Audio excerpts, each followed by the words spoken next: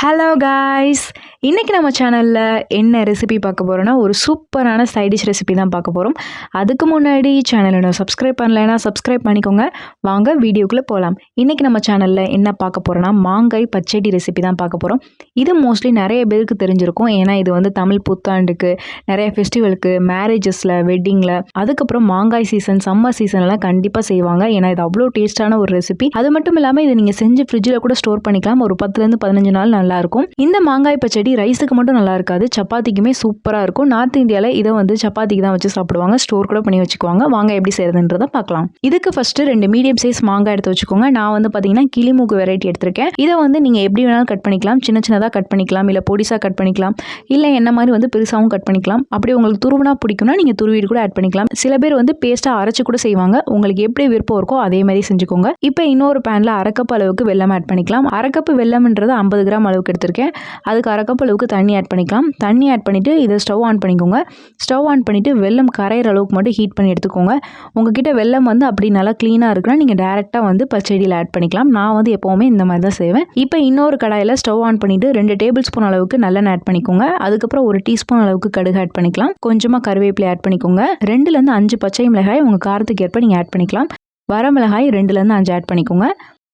இப்போ இது எல்லாத்தையுமே நல்லா வதக்கிட்டு நம்ம கட் பண்ணி வச்சிருக்க மாங்காய் ஆட் பண்ணிக்கலாம். இதோடய சேர்த்து நல்லா மிக்ஸ் பண்ணிக்கோங்க. ஒரு 2 நிமிஷம் நல்லா வதக்கிட்டு 1/4 டீஸ்பூன் அளவுக்கு மஞ்சள் தூள் ஆட் பண்ணிக்கலாம்.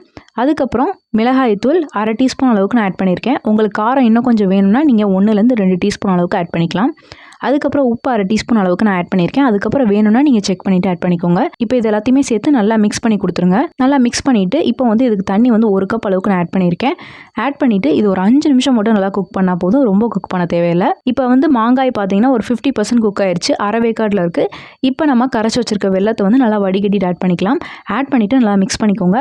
பெருங்காயத்தூள் முன்னாடியே ஆட் பண்ணணும். நான் ஆட் பண்ண மறந்துட்டேன் தாளிக்கும் போதே. ஸோ வந்து நான் இப்போ ஆட் பண்ணிக்கிறேன். இப்போ பெருங்காயத்தூள் ஆட் பண்ணிவிட்டு நல்லா மிக்ஸ் பண்ணிவிட்டு இதை ஒரு 2 நிமிஷம் மட்டும் குக் பண்ணுங்கள். ரொம்ப குக் பண்ணிங்கன்னா ரொம்ப குழஞ்சிரும். அப்படி உங்களுக்கு குழஞ்சா பிடிங்கன்னா நீங்கள் அப்படியே ரெடி பண்ணிக்கோங்க. இப்போ வந்து பார்த்தீங்கன்னா ஒரு 2 நிமிஷம் மட்டும் நல்லா கொதிக்க விட்டுட்டேன்.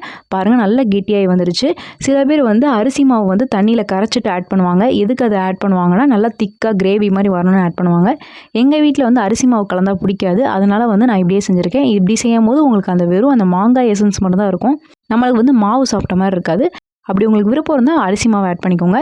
இப்போ பார்த்தாலே தெரியும் நல்லா சூப்பராக ரெடி ஆயிடுச்சு. இப்போ நம்ம ஸ்டவ் ஆஃப் பண்ணிவிட்டு இறக்கிடலாம். பாருங்கள் நான் க்ளோஸ்அப்பில் காமிக்கிறேன் எந்த அளவுக்கு இருக்குன்னு. இப்போ நம்ம வந்து இதை சர்வ் பண்ணிக்கலாம். இதை வந்து பார்த்திங்கன்னா நீங்கள் தயிர் சாதத்துக்கு, சாம்பார் சாதத்துக்கு, ரசத்துக்கு, நீங்கள் வந்து என்ன குழம்பு வெரைட்டிக்கு வந்து நீங்கள் இதை தொட்டுக்க வச்சு சாப்பிட்டாலும் நல்லாயிருக்கும், சூப்பராக இருக்கும். எஸ்பெஷலி சாம்பாருக்கும் தயிருக்கும் சூப்பராக இருக்கும்.